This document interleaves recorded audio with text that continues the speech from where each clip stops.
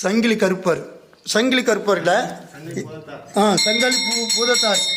அவர் யாருன்னா 2 அகத்தியர். இங்கே சங்கிலி பூதத்தாரில் அகத்தியர் இருக்கிறாரு, 2 அகத்தியர் இருக்காரு.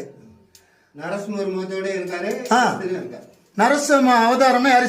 அகத்தியர். அகத்தியர் வந்து ரொம்ப இதா இருக்கிறதுனால அவரை உக்கரத்தோட சாந்தப்படுத்துறாரு. எப்படி?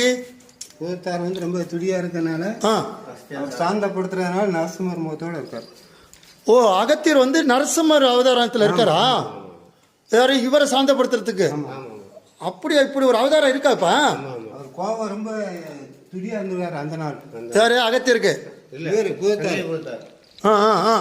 பூதத்தார் வந்து இவர் கோபமா இருக்கும் போது அந்த என்ன வடிவத்தில் அகத்தியர் இருக்காரு? நரசிம்மர் முகத்தோட இருக்காரு. ஐயோ, இதுதான் அந்த நீங்க சொரிமுத்து ஐயனார் கோயிலில் ஒரு விசேஷம்.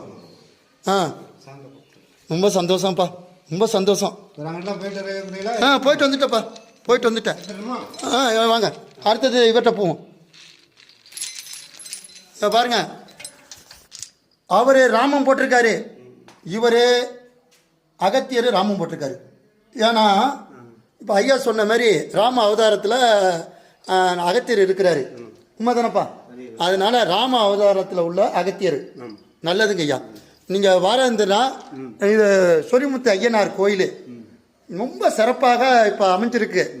உங்களோட குலதெய்வம், எல்லோருக்கும் குலதெய்வம்னா சொரிமுத்து ஐயனார் கோயில் தான். என் பேர் மாரிமுத்து ஐயனார், இங்கே இருக்கிறது சொரிமுத்து ஐயனார். எனக்கு இன்ஷியல் வந்து நான் அவருக்கு கொடுத்தேன். அவர் சொரிமுத்து ஐயனாராக இருந்தார். நான் அந்த சோவை எடுத்துட்டு மாவை கொடுத்துட்டேன். அதனால மாரிமுத்து ஐயனார் எனக்கு குலதெய்வமாக இருக்கிற இடம். நல்லது.